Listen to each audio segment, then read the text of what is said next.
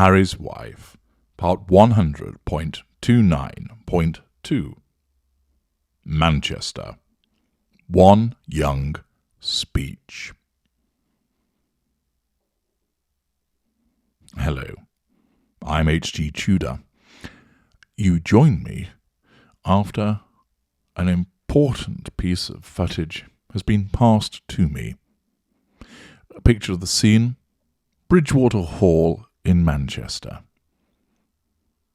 The booing crowds, displaced by water cannon and stern men in high-vis jackets. Now, a half-empty hall. A number of people sat there looking confused as to why they're there, being told, with somebody sat behind them, shut up, smile, clap, or this electric cattle prod will be applied again. It would appear that there's some massaging of the audience numbers.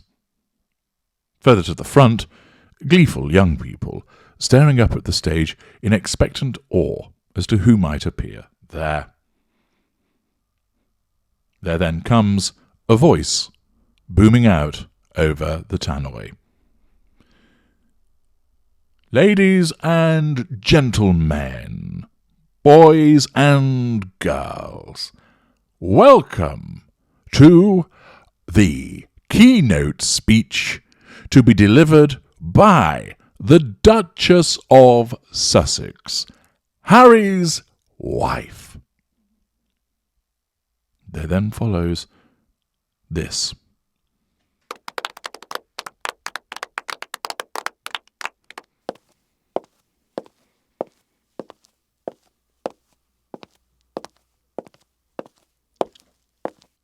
I stand before you as not just a young person, but as a model, a mother, and a young person. You know me as a leader of Harry by his pecker, a leader of deluded racists called the Sugar Lumps, as a leader in the field of delusion. You all want to be leaders. I can tell that from the fact that you have paid roughly £3,000 to listen to me. Leadership comes naturally to me. After all, I lead the way to force single-handedly Procter & Gamble to change their advertisement. I led the way in female empowerment by using men and defining myself through my use of them. To take my clothes off intermittently on screen in the multi-award-winning, much-talked-about television programme Suits that you probably have heard of, and frequently taking them off to bag a prince of the realm. I led the way in showing how you can get something for nothing from both Spotify and Netflix. Leadership only comes naturally to those of us blessed to be leaders, the type of person whose actions make entire nations rejoice. Only this morning I made avocado toast, which was heralded in Peru as like the moment they achieved independence from Spain, something they still celebrate today. After that, I climbed into a Range Rover and fixed a rictus grin, staring at my Prince of Pink pancakes, knowing that a leader such as I would be photographed. And soon enough, I was. I am led to believe that on seeing this, the French celebrated with the same fervour as when they stormed the Bastille.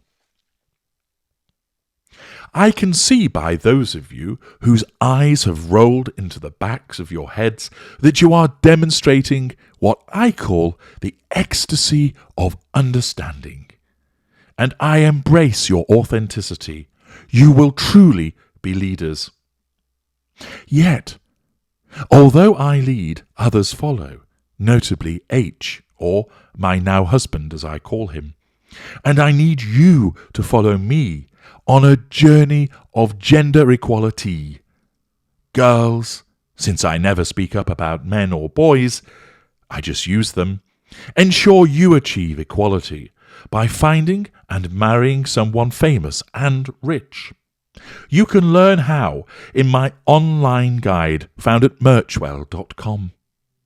Poontanging the Prince, How I Furthered Feminism Through Felching, only $99.99. Gender equality is something I have talked about a lot.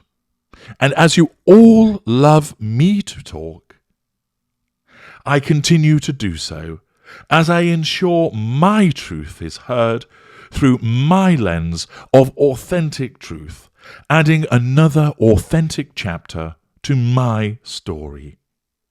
Talking about gender equality is a very important conversation.